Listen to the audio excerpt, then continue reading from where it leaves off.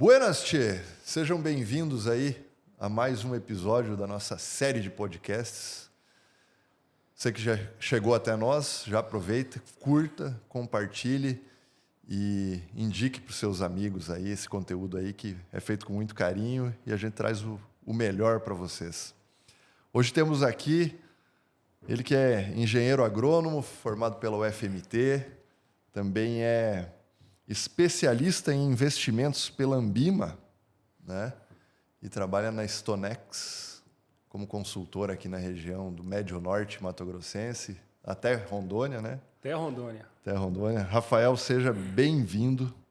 Já vou te fazer uma pergunta aqui, muito boa, para a gente iniciar nosso papo, que é o produtor rural brasileiro, ele planta consciência e vende com fé, né?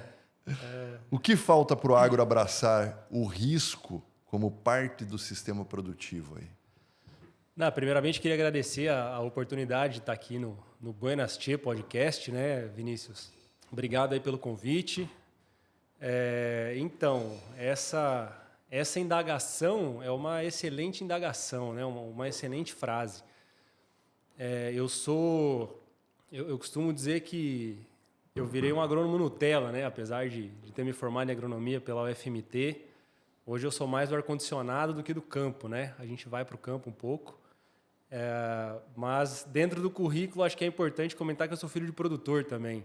Sim. Então, a gente traz um pouco dessa base de forma de pensar, forma de até dentro de uma recomendação para alguns produtores, trazendo essa nossa bagagem, vivendo o que a gente viveu, sendo um filho de produtor, acompanhando aí essa história muito bonita que é não só do meu pai e do meu tio, mas da maioria dos produtores aqui do Mato Grosso, né, que largaram sua vida para lá e vieram para cá. E eu falo isso porque eu acho que isso explica um pouco do racional hoje, do gerenciamento de risco desses produtores, né? Então, lá atrás, o produtor hoje, meus pais chegaram em 87 aqui, né, em Tangará da Serra. Então, era outra situação. Eles tinham que pegar o carro, sair daqui de Tangará e ir lá para Campo Novo do Parecis, onde ficava a fazenda, ficavam atolados, tinham que estar muito preocupados, eu digo, da porteira para dentro, né? Então, até estava conversando hoje no almoço com ele lembrando da época do plantio, que ia aquele disco do lado, para marcar onde o cara ia dar a outra passada, né? Então, eu acredito que essas demandas que tinham lá no passado acabavam fazendo com que o produtor não conseguisse muito se preocupar com a parte da comercialização. Só que o tempo foi passando, né? Hoje a gente tem aí as Starlinks, né? E essa conectividade que ajuda bastante nessa troca de informações, e isso fez com que o produtor precisasse estar cada vez menos dentro da fazenda, né? E eu percebo isso assim, eu tenho a oportunidade hoje de atender vários clientes de perfis bem diferentes da região, como você falou. A gente atende aqui a região oeste do Mato Grosso, a gente vai até Rondônia ali atendendo alguns clientes. Então, a gente vê bastante particularidades. Mas uma das particularidades que eu percebo dentro hoje do negócio é o produtor que está saindo um pouco mais do campo e está virando um empresário, na boa forma de se falar, de gerenciamento das coisas e tomadas de decisões, né? Uhum. E conseguindo passar a parte de algumas demandas, como a compra do parafuso que quebrou, o trator que está dando problema. Esse tipo de coisa a gente percebe que às vezes toma muito tempo, e o produtor que está deixando isso para uma outra pessoa fazer e focando um pouco mais dentro da tomada de decisão estratégica do negócio, ele tem se saído um pouco melhor. Então, voltando para a pergunta, né, de produzir com ciência e vender com fé, talvez a gente precise migrar um pouco mais para isso, né?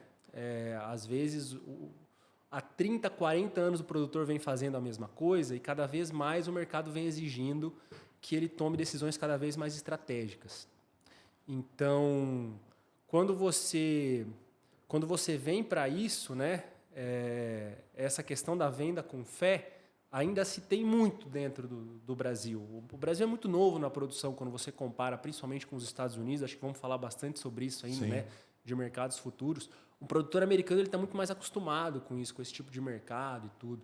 Eu acho que até tem uma questão de que o mercado americano, vamos falar assim, para resumir, de bolsas, de mercado futuro, de instrumentos e tudo mais, ele é centenário, né? Sim. O brasileiro ainda hoje acha, que você falou em bolsa de valores, ele acha que é uma aposta, né? Que é um cassino. Né? Você acha que é um jogo de azar, né? Não, eu não vou investir na B3, eu prefiro o jogo do bicho aqui com o tiozinho da esquina, né? Sim. Então, assim, e é uma realidade bem diferente, né?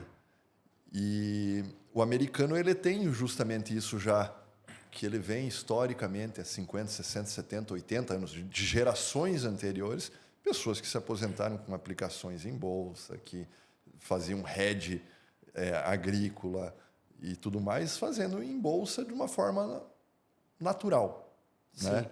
Então, isso já está na cultura deles, né?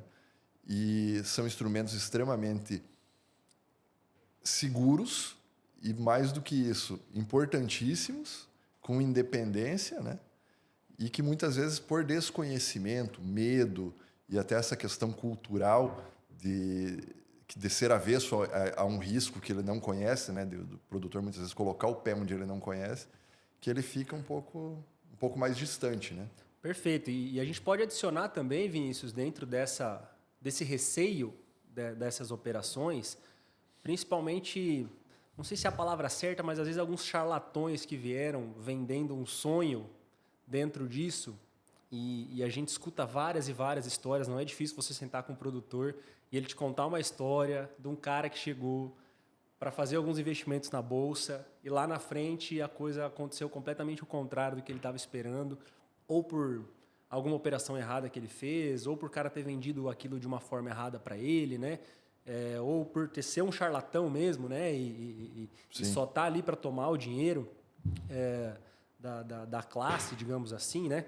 Então, isso deixa assim, o produtor muito com o pé atrás dessas operações. Mas você bem disse, a Stonex, que é a empresa que eu trabalho hoje, é uma empresa centenária já. A gente fez 100 anos no ano passado. Então, é uma empresa que está aí no mercado. No Brasil, a gente está fazendo 20 anos agora. Então, é um pouco injusto comparar quando você vai para os Estados Unidos e vê a naturalidade que o produtor americano tem dessas operações. Eu tive a oportunidade, em 2023, pela Stonex mesmo, de ir com alguns clientes lá. A gente montou um roteiro de viagem para levar alguns clientes lá, né, para os Estados Unidos. A Stonex faz uma viagem para fora por ano. E alguns consultores vão. Em 2023 eu pude ir. E aí, quando eu estava montando o roteiro, assim, a ideia da viagem da Stonex é um pouco diferente dessas viagens comuns que se tem. Era uma viagem para olhar a parte comercial mesmo, né? Tudo bem, a gente olha um pouco de lavoura, mas o foco mesmo é entender essa parte estratégica, não só do produtor, porque a gente leva o pessoal em cerealista, leva em algumas cooperativas para entender como que é esse negócio.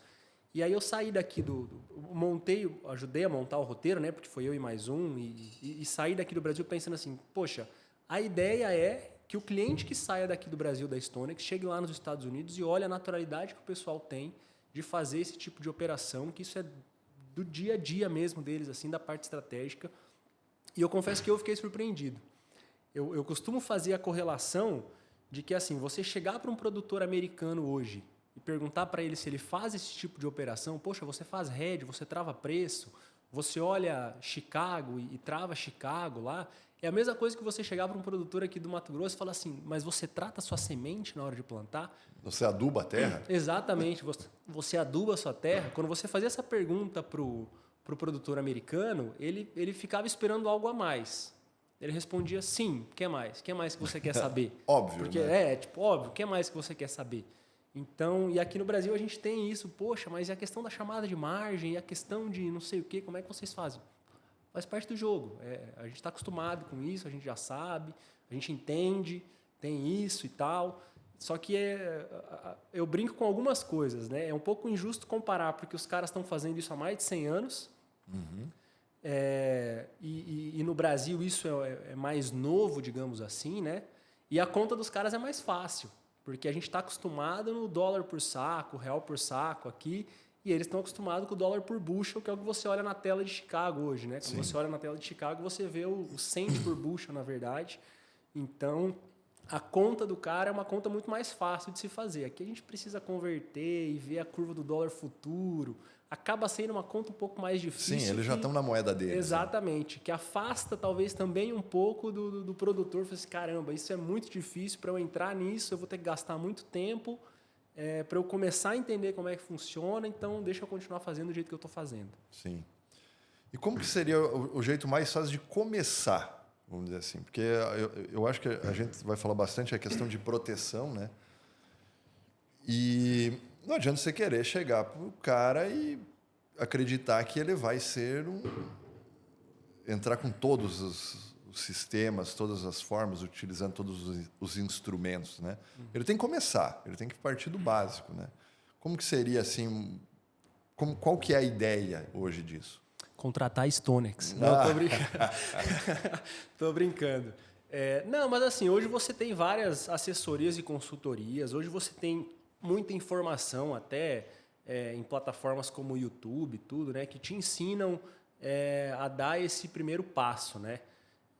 Não é um mercado difícil de você entrar, não é uma estratégia difícil de você ter, mas você precisa entender algumas peculiaridades. Então, assim, principalmente quando eu converso com alguns produtores que me contam que perderam dinheiro lá atrás e tem um pouco de receio, eu tento falar, tá, mas o que você fez? Ele não sabe me dizer o que ele fez. Então, a falta de conhecimento, às vezes, ela é muito prejudicial. Certo. Então, você trazer, às vezes, uma consultoria, uma assessoria, fazer um treinamento, trazer uma pessoa que entende um pouco mais dessa operação, um vizinho, às vezes, que já está fazendo esse tipo de operação, e começar pelo básico. Você pode começar pelo básico. Dentro desse mercado de derivativos que a gente fala, né, de hedge, você tem um universo de coisas que você pode brincar, principalmente quando você entra no mercado de opções, aí você entra para opções exóticas. Então, assim, é uma infinidade de coisas e eu trabalho há 10 anos com o mercado já. Estou na Stonex há 6 anos e meio. E todo dia eu aprendo uma coisa nova, uma ideia nova. Então, assim, você às vezes trazer uma assessoria para o lado ou começar a tentar entender as próprias tradings, né? Às vezes tem algumas ferramentas que já conseguem trazer isso para dentro de uma forma simples, de uma forma um pouco mais simples, Mas eu acho que assim o produtor entendendo que o real por saco ele pode mudar isso, que ele não precisa mais vender o real por saco, que ele pode fazer de uma forma um pouco diferente, eu acho que ele já vai estar alguns passos à frente da maioria. Porque assim, o que a gente vê ultimamente é que a margem ela vem encolhendo, né? Os custos de produção aumentam e a margem, então, ela vai apertando. Então, já passa a não ser quanto você deixou de ganhar. Passa a ser, principalmente em momentos como esse ano aqui, que está bem apertado o preço com custo de produção, passa a ser se você é lucrativo ou não é lucrativo. Não é mais se eu vou ganhar ou se eu não vou ganhar, né? Então, você tem que começar a pensar na eficiência financeira do negócio, né? Perfeito. Eu falo que o custo de produção ele é como se fosse uma locomotiva, né? O preço da soja e o custo de produção. O trem está puxando um monte de vagão e o preço da soja é o trem e o custo de produção é ali atrás, né? Preço de semente, adubo e tudo. Então, conforme o trem vai subindo, ele vai trazendo esses custos para trás juntos com ele. E outra coisa, o custo ele é igual uma catraca, tá? Essa eu nunca ouvi. Quando você gira ela, ele só vai para um lado. Ele gira, ele vai voltar, ele trava. Exatamente. Entendeu? Então você vai mais um pouquinho, ele volta um pouquinho, mas ele trava num patamar.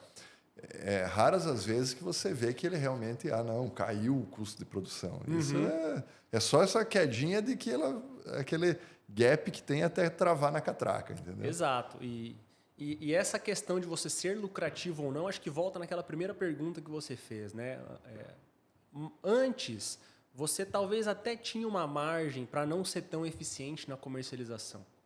Hoje, cada vez mais que o tempo vai passando, você precisa ser eficiente. Você tem que traçar algumas estratégias dentro do seu negócio para você ser eficiente dentro da sua comercialização, Porque, claro que eu vou sempre puxar a sardinha para o meu lado, mas a comercialização ela é tão importante ou mais do que a produção. Claro que no final do dia a produção é extremamente importante, você precisa ter o grão para comercializar, mas se você fizer uma conta de receita, digamos assim, 5 ou 6 reais que muda no seu preço da soja, às vezes vai mudar muito mais na sua receita do que 2, 3 ou 4 sacas que você consegue produzir a mais ou a menos, né? Então a gente fala que o tempo que você gasta tomando estratégia técnica dentro do seu negócio, você também deveria gastar traçando estratégias comerciais dentro do seu negócio, uma vez que, na minha concepção, as coisas se equiparam em relação à importância na tomada de decisão. Sim. E é muito... Isso é histórico, né? O produtor é altamente tecnificado da porteira para dentro. Sim. Né? E da porteira para fora... Eu vejo que é um caminho que vem mudando, né, gradualmente aí, ao longo dos últimos anos. Até mesmo, antigamente, todos os produtores eram muito dependentes de bancos públicos, Banco do Brasil e tudo mais. Hoje você já vê uma captação mais diversificada, você vê uma comercialização que começa a abrir um leque de oportunidades maior, né? Porque o Brasil sempre foi muito dependente exclusivamente dos contratos futuros, né? Perfeito. Só que dos contratos futuros de físico, né? Físico, exato. Então, o produtor ele é acostumado a fazer venda física, né? Só que a venda física para trading, né?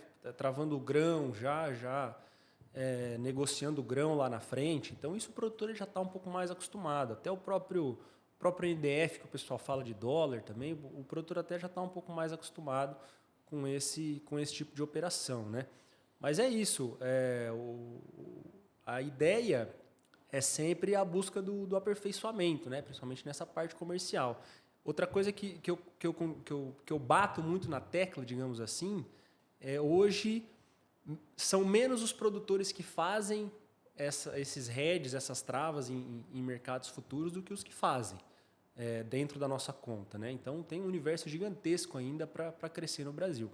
Então se você começa hoje, você já vai estar alguns passos à frente, você vai começar a enxergar algumas oportunidades que você não enxergava e que o seu vizinho não está enxergando. Então você talvez consiga ser um pouco mais eficiente do que ele. Eu não estou vendendo um sonho aqui de que você vai conseguir sempre uma margem excelente no seu negócio quando você está fazendo, quando você começar a fazer esse tipo de operação. Mas algumas oportunidades que às vezes você está deixando passar, você já não vai mais deixar passar. E aquela diferença pequena, às vezes, em 5, 10 anos, faz uma diferença gigantesca lá no final, né? Às vezes, aquele ponto de você precisar ou não sair da atividade porque você foi um pouco mais eficiente do que o outro ou não dentro da própria atividade rural, né? Sim. É o detalhe. E outra, vai ser cada vez mais, se a gente continuar nessa tendência, a margem de lucro ela vai se espremendo, né? Então você vai depender dos detalhes para você ser lucrativo ou não. Perfeito. Né? Então Exatamente. Você vai chegar num ponto que, e principalmente em anos ruins. Então assim, e aí, o que eu faço? Ano ruim, vou sentar e chorar porque é assim mesmo. Exato. Né? Mas você pode chegar no final da na última linha e ter um mais ou um menos. No ano em que o preço da soja está lá em cima, a decisão é mais fácil, né? Sim. A margem, fechar 30%, às vezes 35%, né? Às vezes 25%, é uma decisão um pouco mais fácil. Mas quando a margem está apertada, que vocês têm que decidir que você vai passar o ano numa margem zero ou vai arriscar para tentar, às vezes, passar numa margem negativa ou para tentar... Ali que vai ser a diferença, né? Naquele ano que você vai ver a diferença de você conseguir, às vezes, enxergar uma oportunidade, ter traçado uma estratégia de comercialização lá atrás e ter seguido essa estratégia de comercialização. É ali que separa os homens dos meninos, né? O pessoal fala. Eu sei que assim, eu já vi muito disso, assim, ó, amigos, produtores e tal, entra para se proteger, faz opções, né? Não, é proteção, é proteção. A opção começou a subir, o cara já esquece da proteção e ele olha o número lá. Estou ganhando 100 mil na operação aqui, acho que eu vou encerrar.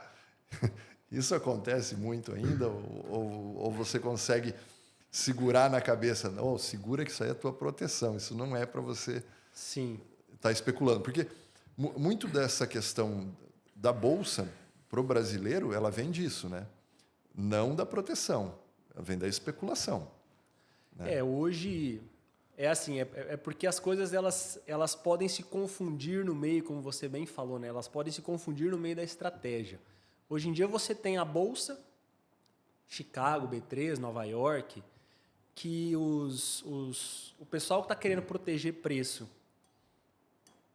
e os especuladores, eles estão usando a mesma ferramenta, mas para fins diferentes, né? Sim. E está tudo certo. E está tudo certo. O especulador dentro do negócio ele é extremamente importante. Sim, porque ele que traz dá liquidez. Né? Perfeito. Ele que traz liquidez para o negócio, só que ele está buscando um fim, que é única e exclusivamente ganhar dinheiro, assumindo um risco que o cara que está buscando proteção de preço está transferindo o risco para esse cara. Para justamente não perder ou ganhar dinheiro, para garantir talvez uma margem ali, pensando num hedge comum. Mas no meio do caminho, a gente brinca assim, às vezes uma especulação que deu totalmente errado, que foi uma coisa muito ruim que esse cara fez, começou numa ideia de hedge excelente, só que no meio do caminho se perdeu. Ou por causa disso, de tipo assim, poxa, fiz um hedge, o preço subiu, financeiramente eu estou tendo um prejuízo, só que o meu grão valorizou. Eu vou fazer o seguinte então, eu vou vender o grão e quando o mercado cair, que daí eu não vou estar num prejuízo financeiro, aí eu saio fora do hedge. Aí descasou a operação. Aí já descasou a conta. A partir dali, o que era uma estratégia de hedge totalmente dentro do que a gente estava buscando por uma garantia de margem, já passou por uma especulação e dali para frente pode ser tragédia, vamos falar desse jeito, né? Só que assim, dentro da consultoria da StoneX, a gente está muito próximo do produtor, do cliente em si, né? Porque a gente não atende só produtor, a gente consegue atender revendas também, todo mundo que tem risco de mercado, a gente consegue atender também. Então, cerealistas, esmagadoras, isso tudo estão dentro do escopo da consultoria da StoneX, né? Do trabalho da StoneX, vamos falar assim. Então, com esse trabalho muito próximo, a gente evita muito que esse tipo de situação aconteça. A gente elimina isso em zero? Não. Já aconteceram algumas situações de, às vezes, o cliente mentir para a gente, de falar que não, eu não vendi o físico ainda, e ele já tinha vendido o físico e dali a pouco ter se transformado numa surpresa. Mas a ideia é justamente essa. E tem alguns clientes nossos que eles falam, cara, a sensação, às vezes, que foi o exemplo que você deu, de você fazer uma operação e dali a pouco você abre a sua conta, está com $100 mil positivo, é única. E traz um sentimento de que você está ganhando dinheiro e é um dinheiro muito grande, muito, muito rápido e muito fácil às vezes. Sim. Só que, por outro lado, o seu grão se desvalorizou. Se você fez o hedge certinho, né? O seu grão se desvalorizou. Então, você precisa sempre casar essa conta. E muitas vezes em opções isso se potencializa muito rápido, né? Em opções, principalmente, né? Em opções, às vezes você entra lá pagando X e o mercado subiu 1 ou 2%, a sua opção valorizou 10, 15, 20%. Os mesmos 1% que o mercado se mexeu ali. Então, num dia você está no céu, no outro você está... Só que isso em proporção a esse valor, mas ao teu produto em si, ela está acompanhando normalmente igualzinho, né? Perfeito. Na desvalorização do produto, né? Exatamente. É um pouco difícil de explicar aqui toda essa matemática, mas é justamente isso. Ela acompanha o produto e não quanto você gastou, né? Exatamente. Quando você faz um volume, você tem essa questão de... com opções um pouco diferentes, né? Mas acho que não precisamos entrar em tantos detalhes assim, né? Porque eu brinco que a questão de opções poderia ser facilmente nem mais uma matéria de faculdade, mas sim uma faculdade inteira, né? A gente estudando opções. Mas se a sua opção valorizou ali $100 mil, é muito provável que aquelas 100 mil sacas que você está operando desvalorizou $1 por saca. Exato. Digamos assim, né? Então, a coisa é como se fosse uma gangorra, né? E a ideia é justamente essa é justamente a ideia, né? Você proteger aquilo que você não vendeu ainda ou que você ainda está no risco. E é por isso que o especulador adora tanto o mercado, né? Porque se ele entra com o mesmo valor, Mas se ele acertar, ele valorizou 10 vezes, né? Por exemplo. Exatamente. Quando você entra, principalmente aquilo que a gente estava conversando um pouquinho antes do podcast ali, a questão dos fundos de investimento, né? Hoje, para você comprar uma ação, você tem que ter 100% do dinheiro. Então, se eu vou comprar uma ação da Petrobras... Ou um contrato. É. Um contrato futuro. Exato. Contrato nem tanto, né? O contrato tem se que eu ter vou sua comprar margem. uma ação da Petrobras hoje e a ação está custando lá R$30 e eu quero comprar uma ação, eu tenho que pagar os R$30. No mercado de futuros, isso é um pouco diferente. Como ele tem um vencimento, ele sempre tem um vencimento lá na frente, ele vence, diferente de uma ação que não vence, você pode carregá-la o resto da sua vida, você só deixa meio que um cheque calção. Então, com esses mesmos R$30, você não opera mais uma ação, você opera, às vezes, 20 ações. Sim. Porque aqueles R$30 é o calção para você garantir o restante. Isso a gente chama de alavancagem. Sim. Então, esse fluxo de dinheiro que foi trazido pelo fundo de investimento para dentro das commodities também traz uma volatilidade forte no mercado, né? Que também é um dinheiro especulativo e, volto a dizer, é um dinheiro muito importante para dentro do negócio, né? Então, por isso que o especulador ele olha para esse mercado de derivativos com um brilho nos olhos. Porque com menos dinheiro eu consigo operar muito mais. Claro que eu posso ganhar muito grande, mas eu posso perder muito grande também. É que a perda, depende de onde você está posicionado, mas a perda é limitada, né? Na opção, sim. Na opção, a perda é limitada e o lucro é o céu. Exatamente. Na opção, sim. Você, dentro de uma compra de uma opção, você sabe o máximo que você pode perder. Então, isso faz com que, para mim, seja um mercado incrível. Hoje, a grandíssima maioria dos nossos clientes operam opções. Não fazem mais aquelas travas de contratos futuros, né? Justamente por te dar essa liberdade, como o pessoal traz muito, que é o tal do seguro do carro, né? Você paga o seguro do carro todo ano, não paga? Por que você não paga um seguro do preço da sua safra, né? Sim. E é justamente isso. O que vale mais? Você perder a tua safra ou você perder o teu carro? Exatamente. Entendeu? Exatamente. O carro pode perder, mas o carro você tem seguro. A caminhonete você tem seguro, né? E agora da tua lavoura inteirinha, não. Assim, quando você mostra o preço da opção, para quem não está acostumado a olhar para isso, ele costuma fazer o comparativo com o preço daquilo e fala, poxa, é caro. É caro, é caro, é caro. Só que é uma conversa que eu tenho muito com meu pai também, né? Caramba, assim, eu entendo a ferramenta é boa, é caro. Eu brinco com ele assim, poxa, se é caro, vende. Porque você pode vender uma opção no mercado também, né? Sim. Não, mas aí o risco é muito alto. Então não é tão caro assim, né? Porque o outro cara que está te vendendo a opção, porque a bolsa no final do dia, importante falar, ela não compra e não vende nada, né? Sim. A bolsa ela é só o ambiente De para que negócio. você consiga fazer os negócios. Então, se você está comprando uma opção, significa que alguém está tomando esse outro risco, que não é a bolsa, alguma outra pessoa ou o fundo de investimento está tomando esse risco contrário, né? Então eu falo assim, poxa, isso deveria talvez ser trazido para um custo de produção.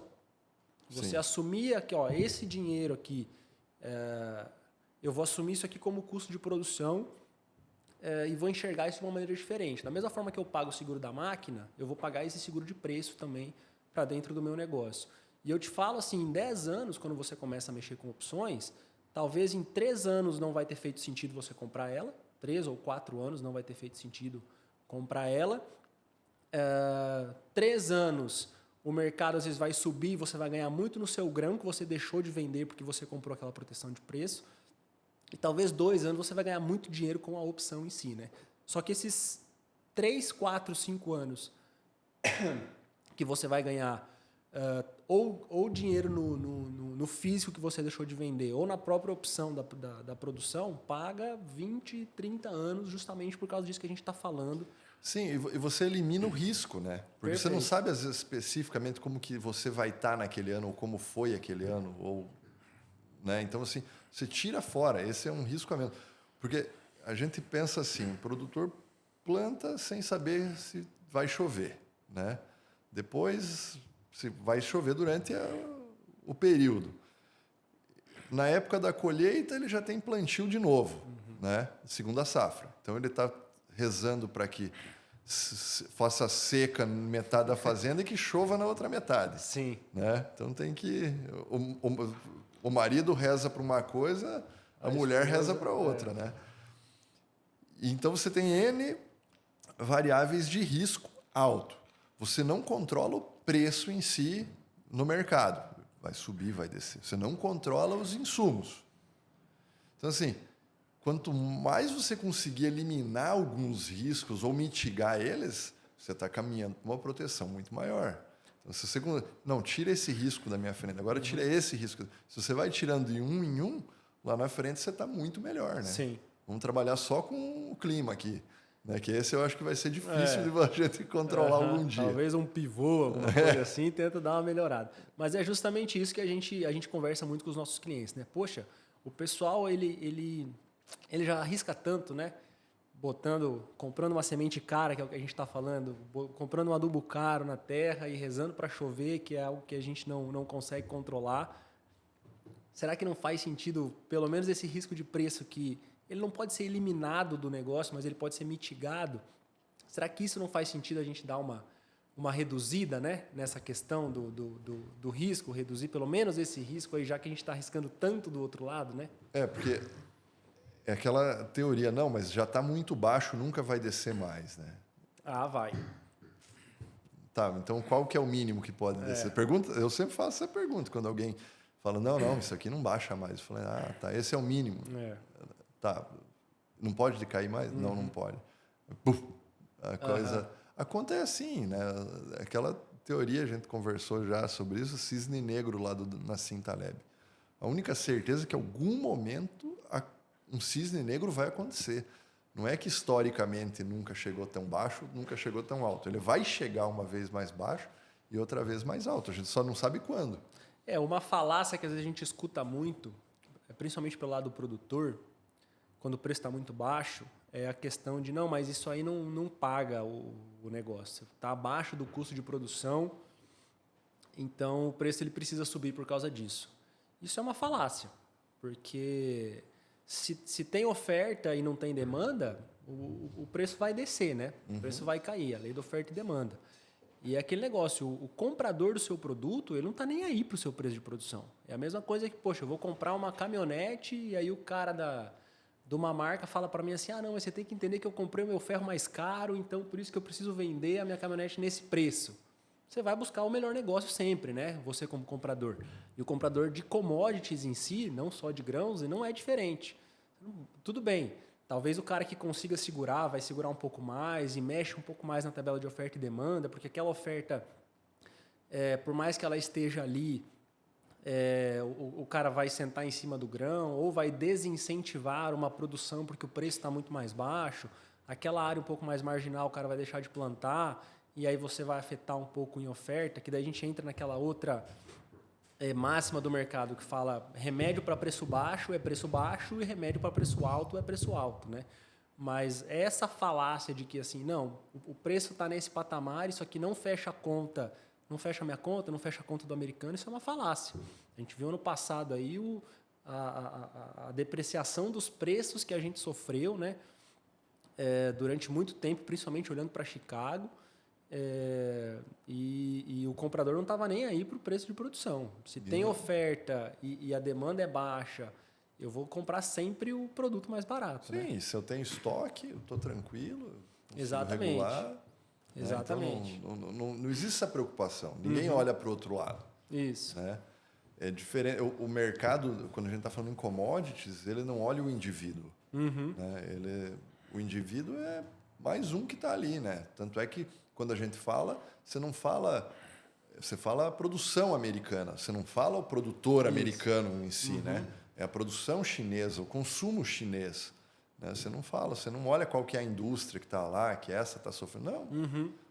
A China está comprando tanto, a China está vendendo, os Estados Unidos está vendendo e tal. Essa é a métrica, né? Ela é muito macro, não é? Você não vem nessa questão de, mas lá o produtor do Mato Grosso, que tem um custo logístico mais alto. Você não chega nesse ponto, né? Perfeito, exatamente isso. Por isso que é a commodity, né? Exatamente. Por isso que é a commodity. O preço universal das coisas, a gente acaba sendo muito mais um tomador de preço, né? É aquilo que a gente fala, né? O cara já tem tantos riscos e o outro risco é que ele não decide o preço do produto que ele está produzindo também, né? Exatamente. Você não define o que você está... Você não define quanto você vai pagar no insumo, não controla o clima e não define o preço. Então, assim, se você tem instrumentos para se proteger, pelo menos, Sim. do preço, que você não vai controlar ele. Uhum. Mas você tem como aproveitar oportunidades do mercado, é a única variável que você pode controlar aí, né? Exatamente, é uma das variáveis que você consegue controlar, né? No final do dia, o principal conselho que a gente olha, que a gente consegue dar, principalmente para produtores, né, para os nossos clientes produtores, é olhar a margem, né? Porque às vezes a gente fica correndo atrás de preço. Ah, eu quero 120, eu quero 150, eu quero os $20, os $19 para minha relação de troca e tal. Só que às vezes a gente tem que olhar para dentro da nossa margem. Como é que está o custo de produção, né? Que acho que talvez seja uma das coisas também que atrapalha um pouco na tomada de decisão. Ou o produtor às vezes não está com o custo dele formado, ou às vezes o produtor nem saber qual é o custo da lavoura dele. Então ele já entra meio perdido no negócio para saber, poxa, eu preciso vender isso aqui a quanto para eu conseguir ter uma margem de 10, 15, 20%, né? Cada um delimita a sua margem. Então, sabendo o custo de produção, você consegue saber o preço que você tem que vender para ter a margem. E quando você tem o mercado de opções hoje, se der aquela margem, dentro às vezes com o custo de uma opção, por que não fazer? Assim, poxa, eu estou te falando que existe uma ferramenta hoje que você consegue travar a sua margem, que é aquilo que você estava buscando antes de plantar, e se o mercado subir, continuar subindo, você ainda participa dessa melhora de preço. Então, você garante um mínimo da sua margem e você pode melhorar ainda mais essa margem lá para cima, que é o que o mercado de opções te oferece hoje, né? A gente fala que quando você começa a trabalhar abrindo a conta, digamos assim, né? Deixa de vender R$1 por saco, começa a mexer com o mercado de opções, derivativos, contratos futuros, eu estou pegando uma caixa de ferramentas diferentes da que você está usando e colocando em cima da mesa aqui. E aí eu vou olhar o que o cliente está fazendo. Eu falo assim, poxa, peraí, Vinícius, experimenta apertar esse parafuso com essa outra ferramenta aqui. Vê o que você acha.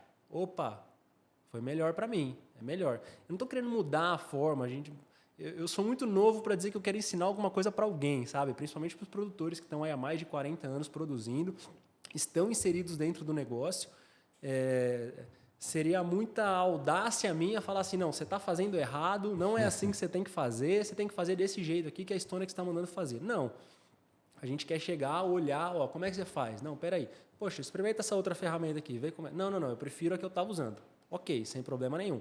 Então experimenta essa para esse outro negócio. Não, essa aqui eu me adaptei melhor. Poxa, beleza.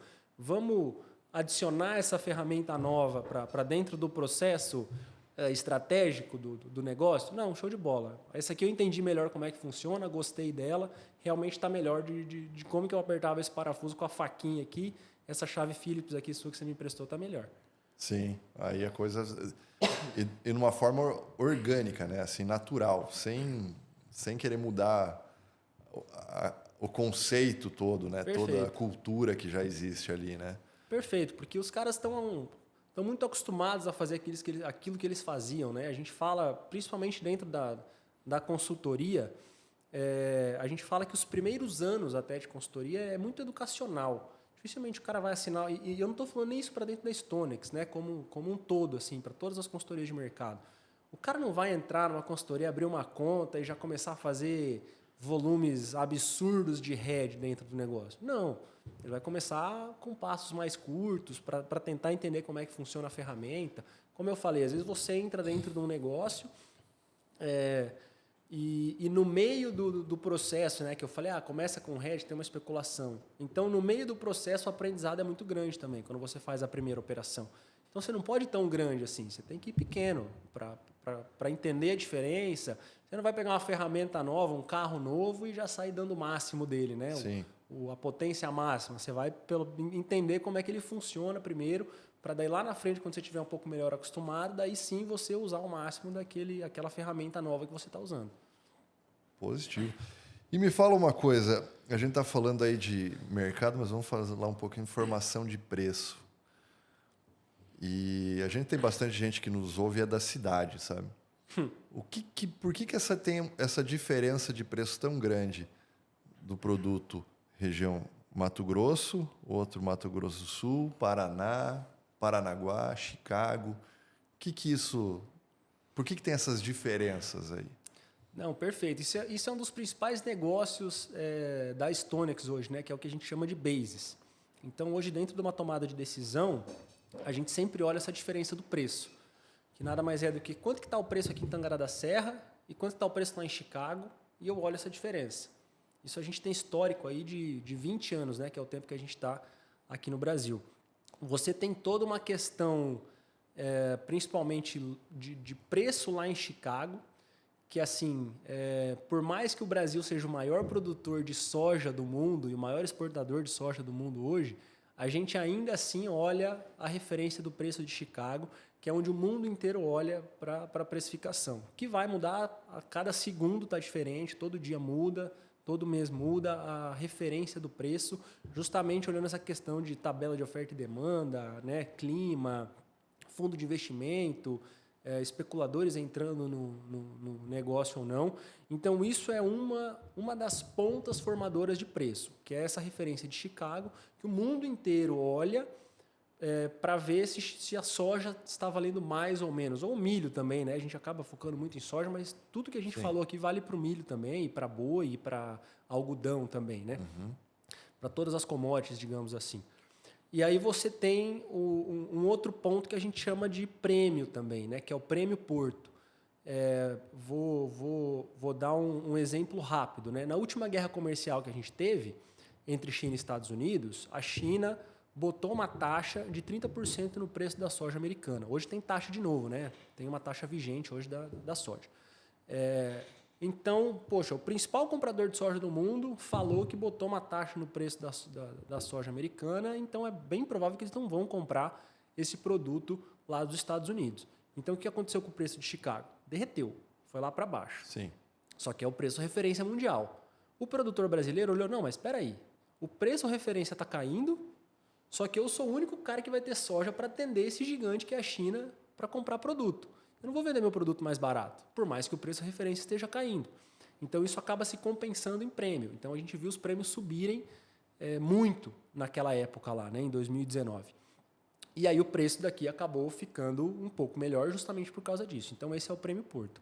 E aí a gente tem a questão logística também, que no Brasil, infelizmente, ano passa, ano vai, ano vem, a gente não tem uma resolução do problema, né? A gente não tem uma malha ferroviária, a gente não tem uma malha hidroviária como o nosso concorrente Estados Unidos, digamos assim, né? Então, a gente não é tão competitivo assim em logística. Por isso que quanto mais longe do porto, o preço da soja, a tendência é que ele seja pior. Então, por isso que quando você liga, às vezes, na trading e pede um preço, você fala assim, poxa, mas o meu parente que planta lá no Paraná está vendendo a R$40 a mais do que eu. Por que essa diferença? Muito provavelmente essa questão logística, né? Só que daí você entra com outros temperos dentro dessa conta, né? Você tem o tempero de, às vezes, falta de armazenagem aqui, porque às vezes o preço logístico nem está tão ruim assim. Mas você tem que tirar para fora. Mas o comprador sabe que você vai ter que jogar esse grão no mercado e você não consegue segurar, então ele vai dar uma pressionada nesses preços. Você tem a questão do mercado interno aqui também, que a conta acaba sendo outra. Esse cara do mercado interno, ele não está olhando para esse prêmio Porto, ele quer saber se ele comprar a soja dele, esmagar, vender o farelo e o óleo dele, ele vai ter lucro, beleza. Esse preço da soja ele pode pagar. Então, muitas vezes o preço exportação acaba descolando do preço do mercado interno também. Em algumas vezes, como foi no ano passado, a gente viu o preço do Mato Grosso mais caro do que o preço de Paranaguá. É mesmo? É mesmo. Justamente por causa desse descolamento do preço do mercado interno. Você olhava lá Paranaguá, está muito, muito parecido o preço. Só que quando você fala isso, você não acredita. Em alguns momentos, o preço do Mato Grosso ele vale mais do que Chicago. Você tem um basis positivo, a gente fala, né? Sim. No Mato Grosso, justamente porque a conta do cara é a conta do mercado interno. Esse cara do mercado interno está olhando para a conta e fala assim, poxa, mas eu posso comprar essa soja cara porque eu estou esmagando, obtendo farelo e óleo a partir do esmagamento, vendendo e ainda estou tendo lucro. Ou estou empatando a conta, né? O mercado do milho, acho que está caminhando bastante para isso também. O mercado do milho é muito mais sensível do que o da soja para esse descolamento de preço. Porque é muito a gente mais teve sensível. um aumento gigantesco no consumo interno de milho, né? E não sei hoje os números. Nós ainda somos exportadores de milho, né? Do estado. A gente ainda é exportador. A gente deve produzir nessa safra aí entre 50, essa segunda safra, né? Entre 50 e 51 milhões de toneladas de milho, mais ou menos. E a gente consome umas 16. Mas já é quase um terço. Só que boa parte dessas 16 já é para esmagamento, para produção de etanol.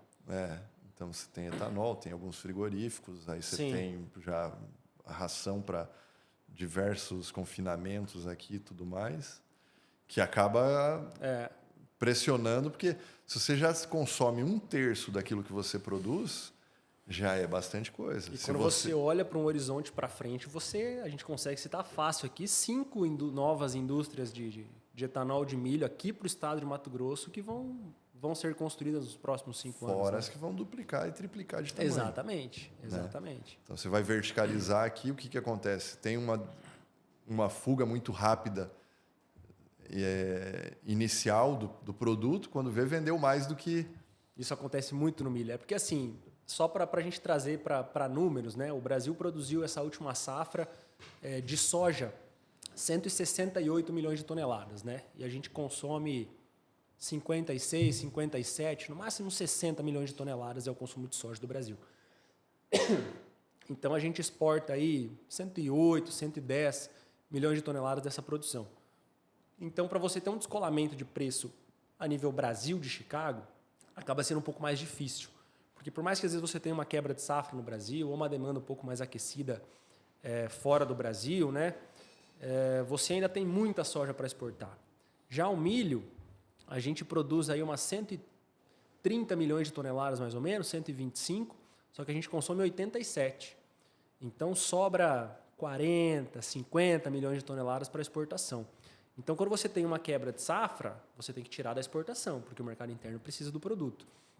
Primeiro atende o mercado interno, depois atende o mercado de exportação. Mas não tem quem regule isso também, exatamente. Né? Quem regula é o preço. Ponto.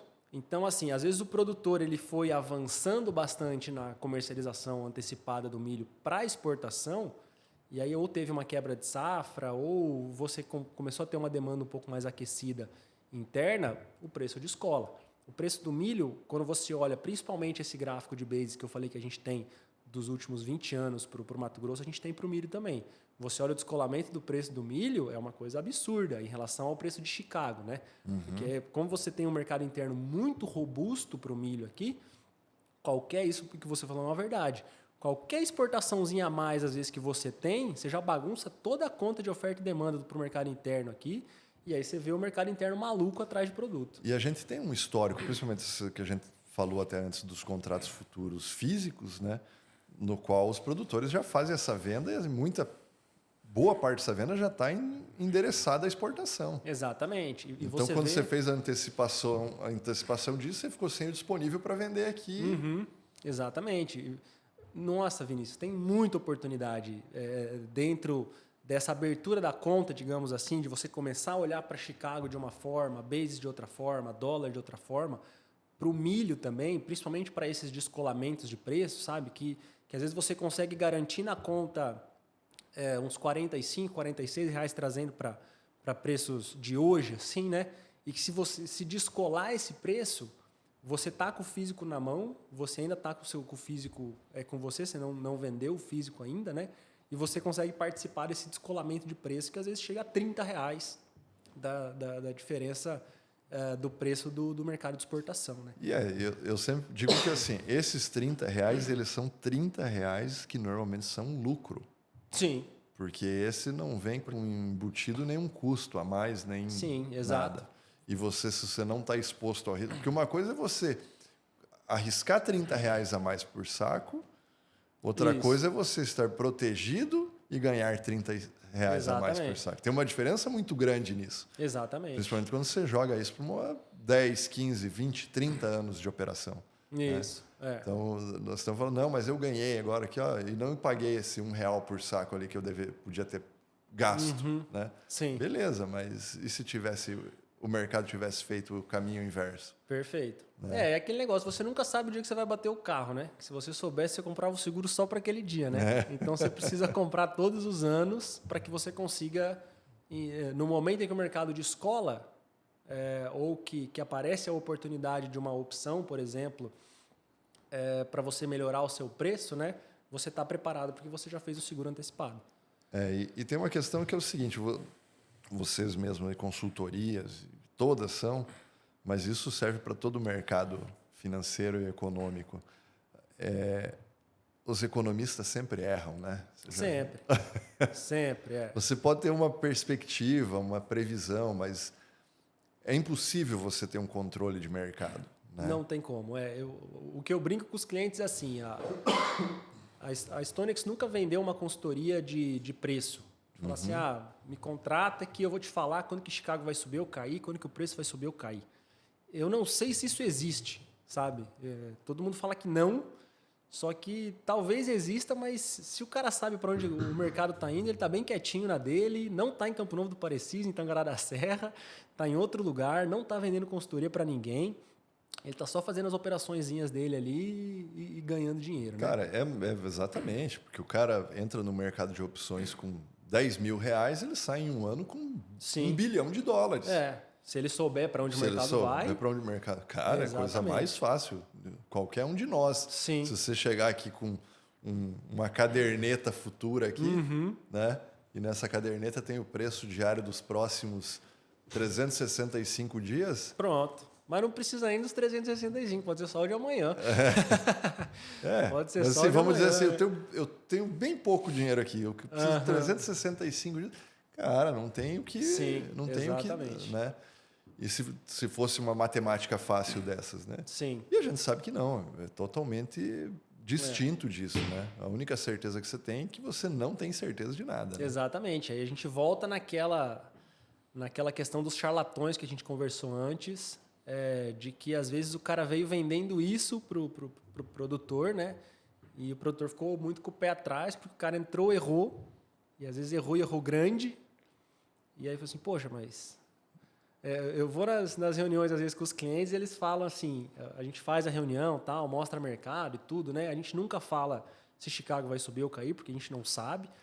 E aí eu falo assim, mas e aí? Termina a reunião, às vezes, né? E aí, mais alguma coisa? E aí, Chicago vai subir ou cair? Aí eu falo, essa hora que eu me enfio embaixo da mesa e saio de fininho, porque não tem como saber, né? Não tem como a gente saber aqui, mesmo com várias informações na mão. A StoneX tem um time de inteligência de mercado gigantescos que está o dia inteiro olhando para a informação e para a notícia e para tudo, para conseguir mastigar isso e trazer mais mastigado para o cliente. E mesmo assim, não tem como saber, sabe? A gente não consegue olhar para isso. A ideia é muito mais você olhar a margem, garantir sua margem, talvez com opções que, se o mercado melhorar, você consegue melhorar ainda mais a sua margem, né? Você fazer o dever de casa ali todos os anos, seguindo algumas oportunidades que às vezes você não está olhando, né? De abrir a conta e talvez tentar vender Chicago num melhor momento, Bases num outro momento, dólar em outro momento, né? Por que essa divisão ela beneficia fazer... E como que você operacionaliza isso? Mas por que beneficia? Vocês conseguem uma percepção de se dividir o físico da operação futura com o dólar? Você consegue ver? Porque assim, se a gente não tem uma visão de futuro, como que a gente consegue aproveitar isso? E obviamente você não vai aproveitar operação por operação. Você vai ganhar algumas, perder outras. Mas assim, ao longo dos anos, como que a gente conseguiria aproveitar isso? É uma excelente pergunta, Vinícius, é uma excelente pergunta. Assim, como que a gente operacionaliza isso, né? O cliente com uma conta ou o produtor, né? Eu fico trazendo muito para dentro da StoneX, assim, mas não precisa ser necessariamente com a StoneX, né? Mas a StoneX é melhor, viu? Tô brincando. Mas assim, se você abre uma conta que você consegue fazer a trava só do Chicago ou só do dólar, você já consegue separar as contas. Porque quando você pega o preço da trading, quando ela te passa o real por saca, ela está te passando a referência de Chicago, ela está te passando a referência do Bases, né? Que o prêmio Porto que eu falei, ele está dentro desse Bases, e está te passando a referência do dólar. talvez o dólar futuro, se for uma trava futura, né? Ele está te passando essas 3 pernas da conta que a gente fala no mesmo momento, né? Então, assim, se você faz a venda do real por saca, você está vendendo Chicago, que é uma das pernas que precificam soja, Basis, que é outra perna que precifica soja, e dólar, que é a terceira perna que precifica soja em real por saca, todas no mesmo momento. Então, para você acertar, né, não gosto muito de usar essa palavra, mas para você acertar, digamos assim, você teria que ter os 3 planetas alinhados. Chicago teria que estar num bom momento, dólar teria que estar num bom momento e Basis teria que estar num bom momento. E aí, voltando para a sua questão, de, poxa, mas espera aí, quando que eu vou saber se Chicago está num bom momento? Quando que eu vou saber que dólar está num bom momento? Eu não vou saber. Ponto. Só que eu consigo fazer a conta do Basis. O Basis ele é muito sazonal. Eu sei quando a trading está passando um preço e que a gordura está muito grande. Então, eu tento melhorar o preço no Basis. Eu consigo te provar matematicamente, fazendo a conta, de que naquele Chicago do momento e naquele dólar do momento, a trading deveria estar pagando um preço melhor. Então, às vezes, a trading está fora do mercado ou está surfando um preço de Chicago alto e dólar alto que o produtor está vindo para o mercado travar o preço naquele momento e está deixando a gordura muito grande, né? A gente brinca assim, não, a trading adora que o preço caia porque compra mais barato. Negativo. A trading gosta do preço alto, porque é no preço alto que ela consegue uma gordura maior no preço da soja que ela passa para o produtor. Quando o preço está muito esmagado, o produtor não está para fazer negócio. Quando o preço está lá em cima, tudo bem. É mais fácil de você comprar o produto, porque teoricamente está caro. Só que a trading ela está comprando e vendendo. Justamente na subida, ela subiu 3 pontos lá, mas na conta dela aqui subiu 2. Exatamente, porque o prêmio, porque não sei o quê, porque né, ela sempre inventa uma desculpa. Você tem ela tem mecanismos para engolir esse um ponto, por exemplo, no meu exemplo esdrúxulo aqui, né? Perfeito. Mas a conta é 100% essa. A conta é 100% essa. E eu falo da trade, mas os compradores em gerais que às vezes conseguem fazer essa conta, né? Então, quando você tem a conta aberta, que você consegue fazer a trava do Chicago e a trava do dólar, porque às vezes o cliente chega para mim e fala assim, olha, Rafael, a trade me passou esse preço aqui e para mim tá bom, fecha a minha margem. O que eu faço? Fala assim, vamos fazer a conta. Aí eu faço a conta do Basis e aí eu descubro que o Basis está ruim, olhando o histórico. Uma vez que o Basis é sazonal, eu consigo olhar o histórico, eu consigo provar para ele, olhando o histórico, que o Basis está ruim, que a trading deveria estar pagando mais. Só que ele não vai chegar na trade e falar assim, o Rafael lá fez a conta, então você tem que me pagar mais. A trade negativo, eu estou pagando isso. Sim. Então, se você tem a ferramenta que você consegue... Ou seja, o preço está bom por quê? Porque o Chicago está bom na sua concepção, porque se o preço final está bom, alguma coisa das 3 pernas está bom. Sim. E eu estou te falando que o Basis está ruim. Então, significa que Chicago e dólar estão bons dentro da sua concepção quando você está olhando para a margem. Então, você consegue travar o Chicago na conta com a corretora ou com o banco, você consegue travar o dólar na conta com a corretora e com o banco, e você não vende essa soja física para trading naquele momento. Em um momento em que a gente fizer a conta do Basis e o Basis estiver mais justo, digamos assim, daí é um momento que você vai vender a sua soja para trading e no mesmo momento sair fora das suas posições de hedge para não se transformar em uma especulação. Para não estar... Exatamente. Então, assim, no final do dia, eu não sei para onde vai Chicago. Eu não sei para onde vai dólar. Dólar muito menos, né? Eu não sei para onde vai o dólar. Só que, matematicamente, eu consigo provar para o meu cliente que, às vezes, naquele momento, não faz sentido ele vender o físico, faz sentido ele entrar no hedge. E aí, depois, ele sai fora do físico em outro momento. Uhum. Porque o Basis está ruim, que é uma coisa mais sazonal, mais controlável, mais fácil de olhar, principalmente aqui para dentro do Mato Grosso, que a gente tem esse histórico aí tão longo desses últimos anos. Sim. E vamos lá, hoje não vamos falar especificamente dos acontecimentos de hoje, mas a gente está tendo eventos geopolíticos nos últimos meses e semanas agora que estão bagunçando tudo, né? Exatamente. A gente tem guerra comercial, a gente tem já há um pouco mais de tempo guerra da Ucrânia, né? Mas impacta diretamente. Sim. Né? E agora, recentemente, aí, essas últimas semanas começou a guerra Israel e Irã. O que tem, o que vocês, assim, você como consultor vê que num período desses, com tantas, vamos dizer assim, tantas cartas distribuídas na mesa, o que tende, quais são as perspectivas para o comércio agrícola agora para os próximos meses, ou para o próximo ano, próxima safra? Você quer que eu seja otimista ou pessimista? Porque Cara, eu consigo ser os dois com o cenário. Não, estou brincando. É justamente para mostrar que... Eu sempre falo que otimista e pessimista é a pessoa que é, né? Porque enquanto uns choram, outros vendem lenço, né? Exatamente. Então, assim, sempre o otimista e o pessimista não é o setor, é a pessoa. É a pessoa. Não, né? perfeito. Eu concordo. Então, assim, a brincadeira é justamente para a gente ver que dentro do mesmo cenário e do mesmo fundamento, digamos assim, que são esses 3 cenários geopolíticos que você colocou, né? Guerra entre Rússia e Ucrânia, agora, mais recentemente, a guerra entre Israel e Irã, e a guerra comercial entre China e Estados Unidos, né? Tudo isso pode trazer oportunidades ou atrapalhar muito o nosso negócio, né? Então, assim, agora mais recente, essa guerra de Israel e Irã é um problema direto em relação a fertilizantes e petróleo, né? Que já impacta um pouco mais no preço, que pode impactar no custo de produção aí dos produtores. Então, talvez elevar um pouco mais o custo de produção, fazendo com que a conta da margem fique um pouco mais difícil, né?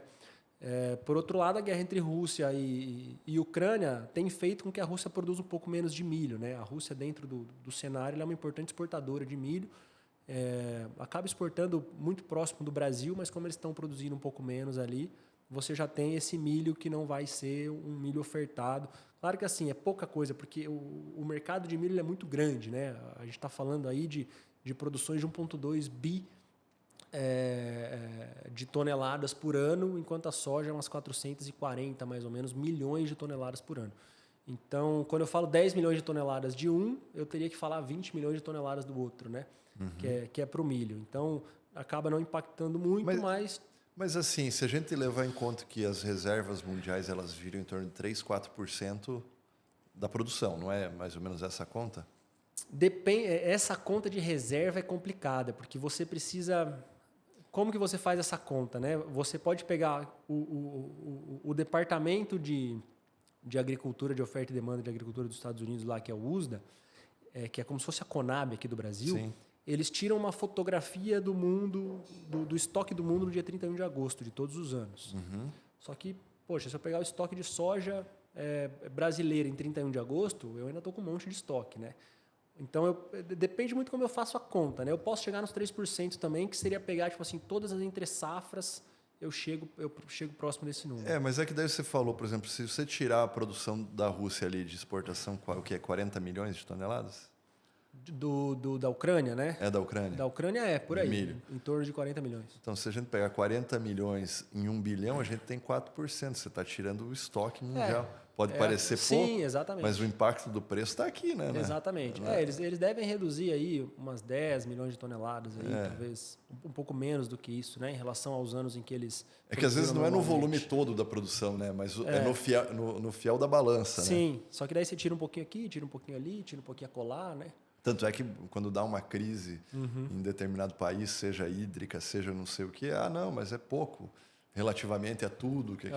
Mas beleza, mas sobre o que é déficit ou superávit de produção, é aquele ali que é o fiel da balança. Né? E no final do dia, quando você olha a oferta e demanda de milho, ela está muito ajustada também, né? Apesar dessa produção muito grande, você tem uma demanda tão grande quanto a produção e no final do dia a conta meio que se equivale, né? Tudo que você produz, você acaba consumindo mundialmente falando de milho, né? Então é aquilo que a gente falou, tira um pouquinho aqui, um pouquinho ali, uma quebrinha de produção às vezes ali, talvez faça com que o preço responda muito, né? Mas voltando aí para os cenários geopolíticos, a gente até teve uma diferença no preço da ureia, né? Que subiu bastante, justamente entendendo essa questão de fertilizantes ali, de Israel, Egito, Irã, que está todo mundo ali meio bagunçado. Não é nem tanto a produção em si, mas sim o escoamento, né? Que pode ser um problema, tanto em petróleo como em fertilizantes também hoje. Então, você viu o preço dos nitrogenados subirem bastante nesses últimos dias. A guerra comercial, falando de soja e milho, ela ainda não trouxe um impacto muito pesado.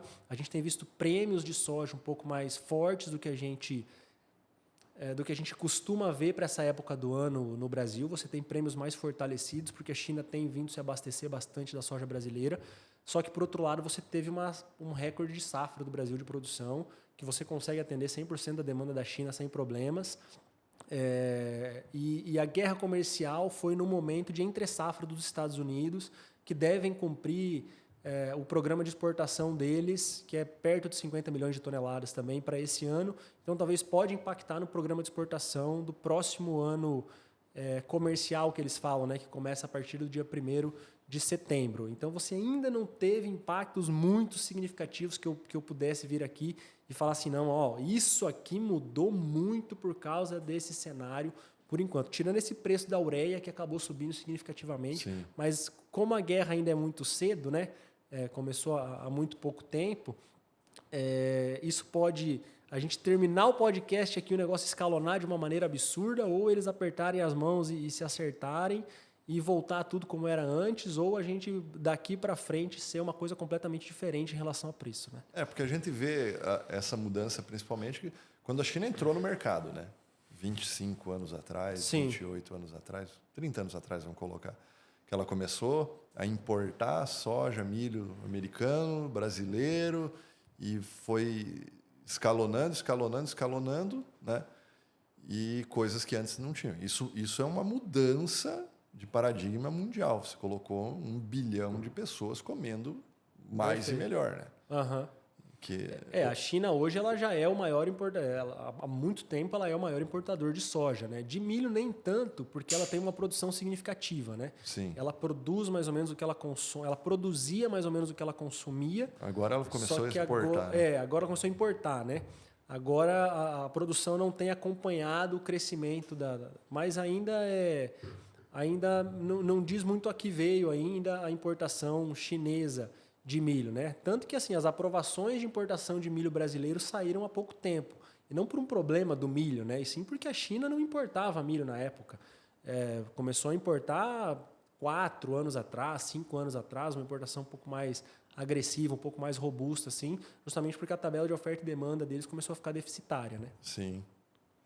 Mas para a soja, eles são o principal player. Então, como a gente viu na guerra comercial lá em 2019, e como talvez a gente possa ver nessa guerra comercial agora, ela pode fazer com que o mercado vá ou muito para cima ou muito para baixo, né? Um possível acerto entre China e Estados Unidos, porque hoje a China está cobrando uma porcentagem de taxa para comprar soja americana, mas se você puxa no passado, no retrasado, não é uma época em que a China compra a soja dos Estados Unidos mesmo. Ela vem se abastecer aqui no Brasil porque a gente tem um produto mais barato agora. Né? Também vamos pensar que o Donald Trump, ele pode ser louco, mas não é burro. Né? Exatamente. Né? Exatamente. Então ele sabe onde que ele pisa, ou o momento que ele dá. Perfeito. Ele lança essa cartada dele aí, para depois a carroça andar e as abóboras irem se acomodando. Exatamente, né? Exatamente. Não é uma época em que a China costuma comprar muita soja dos Estados Unidos mesmo, o programa deles está praticamente feito de exportação. Então, ele brigar para tirar essa taxa agora não mudaria muito o cenário. Né? A gente precisa entender isso a partir de setembro, se daí a China vai começar a comprar mais volumes de produto americano, né? Mas um aperto de mão entre China e Estados Unidos ou um não aperto de mão entre China e Estados Unidos impacta muito no mercado. Então, o que eles vão fazer? E como é que você vai tomar como é que você vai fazer a sua estratégia comercial em cima disso? Você vai ficar esperando eles continuarem brigando e falar, não, eu sei que eles vão continuar brigando e o preço vai subir. Às vezes nem o Trump sabe o que vai acontecer mais lá na frente, né? Nem o Xi Jinping sabe o que vai acontecer. Então, como é que você pode dizer que o preço vai subir ou não se depende de um negócio que às vezes nem o cara que vai apertar a mão ou não sabe se ele vai realmente apertar a mão ou não, uma vez que eles estão negociando, né? Sim. E assim, vou te perguntar mais uma coisa que foi assim, a gente viu na última grande crise que nós tivemos no mundo, que foi a pandemia, né? E pelo menos a meu ver, né, isso não sou um consultor, nem um analista, um especialista, mas a meu ver, assim, a gente teve uma fuga de dinheiro de várias áreas industriais, e etc. e tal, e reservas e tal. Ela foi levada para o setor de alimentos, o agro, né? E a gente teve um excesso de dinheiro ali através de fundos, através de tal, que levaram o preço lá para cima, né? Você acha que se agravar essas crises hoje que a gente tem no mundo, apesar de elas serem bem distintas do que aquela crise, que era uma crise sanitária de saúde, né, mundial, você acredita, assim, ou as consultorias, os especialistas, analistas aí, que você acompanha, eles veem com isso que pode vir a ser uma tendência nova de alta de preços, ou vem com muita ainda é muito cedo para indicar qualquer coisa nesse sentido? A gente sempre vai responder que depende, tá? É igual advogado, eu estou acostumado. Entendeu? Não, mas assim, historicamente, quando a gente olha esse tipo de situação, você consegue ver que em guerras, nesses tipos de situações, o dinheiro ele acaba indo para dentro de commodities alimentícias, sim. Então, acaba sendo um porto seguro, né, para o dinheiro, porque no final do dia a gente precisa ver para onde que o dinheiro está indo, o fluxo do dinheiro, né? Às vezes o fluxo do dinheiro ele bate no fundamento de oferta e demanda. Às vezes você tem uma oferta um pouco mais fraca, mas o fundo de investimento resolveu tirar o dinheiro ali daquela commodity e aí o preço cai e a gente tem que ficar explicando para o cliente, poxa, mas a oferta e demanda tá apertada, por que o preço está caindo, né?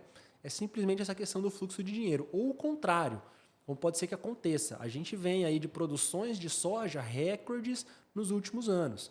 Então, teoricamente, olhando só a oferta e demanda, para o preço estar ruim, sim. Só que daí você vem com essa questão do fluxo de dinheiro. Pode ser que numa escalonada, às vezes, de problema, você pegue um fundo de investimento que vai ter uma aversão ao risco maior e vai sair fora de posições com risco mais elevado, como ações de empresa que podem cair muito, como alguns outros tipos de investimento, e o cara vir com esse dinheiro para dentro da commodity e o preço ir lá para cima, sem um fundamento palpável, né? É só o dinheiro entrando mesmo. Nós não estamos nem falando de investimento direto em alguém, nem nada disso, né? O cara está simplesmente entrando em contratos futuros. Exatamente, e coisa e tal. Porque o fundo de investimento nada mais é do que assim, a gente junta todo mundo aqui, cada um põe um pouco de dinheiro e o cara, dali a pouco, ele está gigantesco com dinheiro e a única preocupação dele é fazer com que aquele dinheiro renda de uma forma não muito arriscada, né? Claro que tem fundos e fundos, né? Existem fundos mais arriscados, menos arriscados, mas o cara que vai botar o dinheiro lá dentro, ele vai olhar principalmente isso. Quanto que você está me dando de retorno e quanto de risco que você está correndo para me dar esse tipo de retorno. Então, o cara está mexendo todo o dia no dinheiro.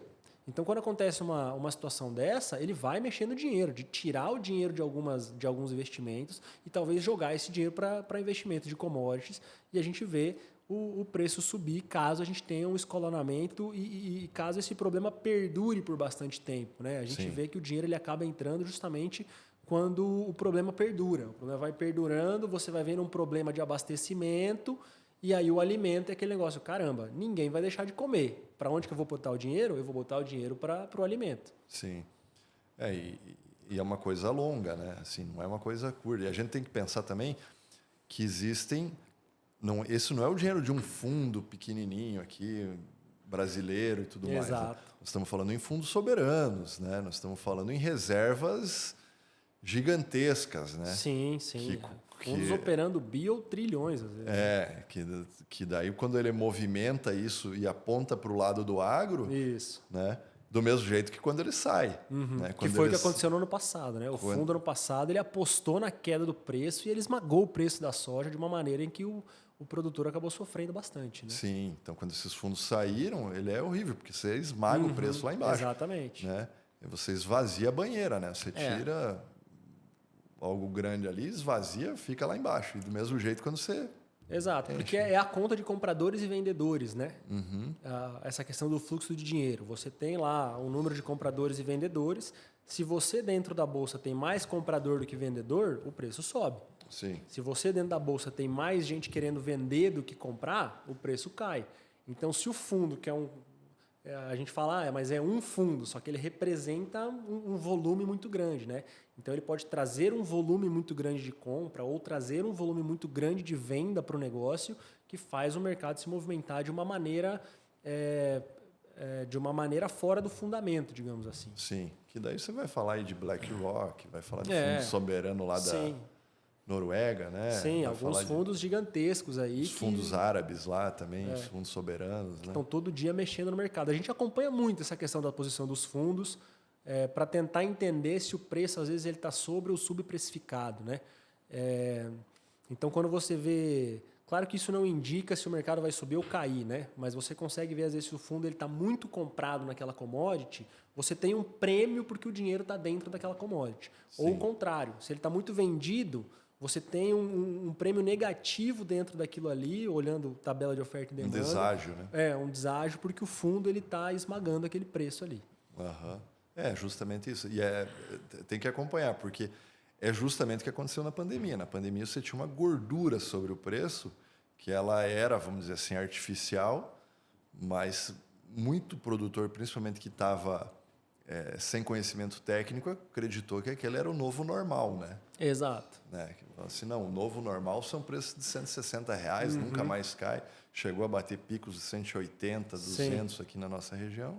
E isso, daqui para frente, é assim. Né? E daí o cara se surpreende quando vê um preço esmagado aqui de R$100, que descontando inflação de 10 anos atrás é menos que os 50, 60 reais que estava. Perfeito. É uma ótima conta a se fazer. Então, assim, é essa matemática que as pessoas não veem e muitas vezes quem não está diretamente ligado ao agro também não vê. Sim. Que o preço hoje está mais apertado do que estava 10 anos atrás, quando estava 60. Se trouxer a inflação em reais do que a gente viu lá atrás para hoje, realmente esses preços aí de 110, a gente até viu o preço abaixo de 100, né? Sim. No ano passado ali, quando o dólar deu uma boa recuada, a gente viu preços abaixo de 100 aí, se fizer a conta em relação a essa questão de inflação, machuca bastante a conta, porque daí a gente volta naquilo que a gente falou de custo de produção, né? Que dificilmente ele volta como o preço às vezes volta. Exatamente. Ele subiu em dólar, né? Então, se ele subiu em dólar, ele subiu em reais, naturalmente. Todo o custo logístico de transporte, você não tem como descer demais, entendeu?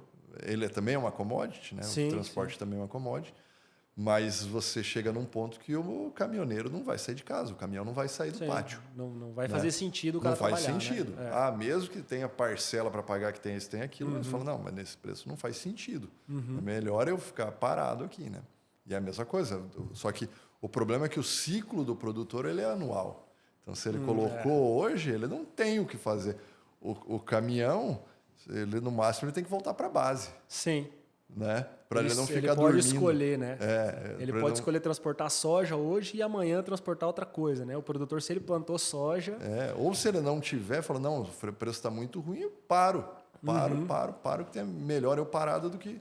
O produtor não vai combinar com a plantinha da soja ou do milho de parar de crescer e devolver a semente para ele. Agora né? você para aí exatamente. E fica aí até o ano que vem. Né? Mas a produção rural assim é incrível justamente por causa dessas peculiaridades, assim, né? A questão do clima, a questão de você plantar um negócio e ter o produto muito mais lá na frente, você no meio do processo não conseguir trocar aquilo, às vezes porque o preço caiu demais e você já não quer mais produzir aquilo. É muito peculiar e a gente volta naquilo que foi comentado da proteção do preço. Se eu consigo mitigar parte desse risco, já que eu já tenho tantos riscos que outras empresas, outras indústrias não têm, por que eu não vou usar ferramentas hoje que o mercado trouxe para eu conseguir mitigar isso, né? E outra, aqui a gente nem está entrando no risco Brasil. Perfeito. Entendeu? Que agora vem reforma tributária, já tem o risco trabalhista, tem o risco ambiental, né? E N outras coisas aqui que a gente já tem, que são inerentes a quem está produzindo, né? E você não tem como, muitas vezes você tem como mitigar, mas você não tem como eliminar. Sim. Né? Assim, na minha visão, eu concordo contigo, é você caminhar para você ir mitigando. Que se você tem 100% de risco de tudo, vamos diminuir tudo para 20%, para 30% de tudo. Zerar, você nunca vai conseguir zerar o vai risco, zerar, né? Mas você consegue mitigar isso e trabalhar com oportunidades. Porque até questões climáticas hoje você não elimina, você mitiga. Você tem consultorias climáticas, você tem análises, você tem hoje mapas meteorológicos, previsões de 15, 20 dias. Ela não vai te dizer se vai chover na tua área, mas você vai ter uma certeza que na região vai estar chovendo, que, né, muito mais certo, que a chuva só vai iniciar a partir de tal dia, tal semana. Isso muda o cenário. Sim. Né? Você não planta mais muito cedo, porque você sabe que não vai. Né? Ou vai ter um veranico. Você vai ter uma diferença, às vezes, em relação ao plantio pequena, né?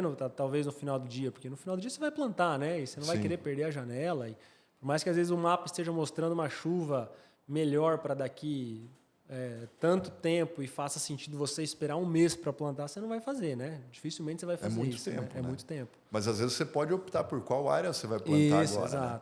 Não, mas a melhor área eu deixo para plantar então mais perto lá, porque eu vou aproveitar aquela chuva e deixo o que hoje já seria uma produção menor, eu deixo para fazer essa cobertura agora. Então você tem N coisas para você trabalhar, né? Estratégia. Exatamente, estratégia. Mas, Rafael, a gente podia falar mais um monte aqui de mercado agora, geopolítica. Fico esperando o próximo convite para a gente conversar de novo.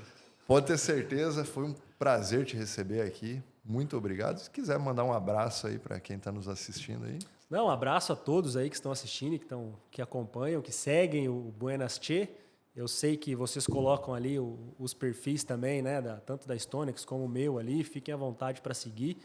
O da Stonex é mais interessante, porque tem muito mais notícia ali, o nosso perfil de Instagram, né? Agradeço o convite novamente. Novamente aguardo o convite para uma próxima conversa, né? Eu brinco que essa questão de mercado, no começo eu falava que dava uma matéria de faculdade, que eu não tive dentro da minha faculdade, né? Eu tive que aprender meio que por mim, na marra, né? Porque eu gostava muito. Mas hoje eu já falo que dá uma faculdade inteira de tanta coisa que a gente pode discutir dentro desse negócio, estratégias e tudo. Assim, quando você entra para dentro do negócio e vê tanta oportunidade que tem, tantas estratégias que você pode usar para dentro do negócio, é incrível. Assim, a gente percebe que às vezes o produtor está deixando passar alguma coisa que ele poderia estar deixando dinheiro na mesa, que a gente fala muito, né? Está deixando dinheiro na mesa que ele poderia estar com esse dinheiro no bolso. Mas é isso aí, acho que outras vezes vamos até fazer uns mais ao vivo aí para a gente conversar das atualidades aí também. Show de bola. E você que nos assistiu até aqui, muito obrigado. Não esqueça, de novo, curta, compartilhe aí, indique para os seus amigos e vamos lá. Forte abraço.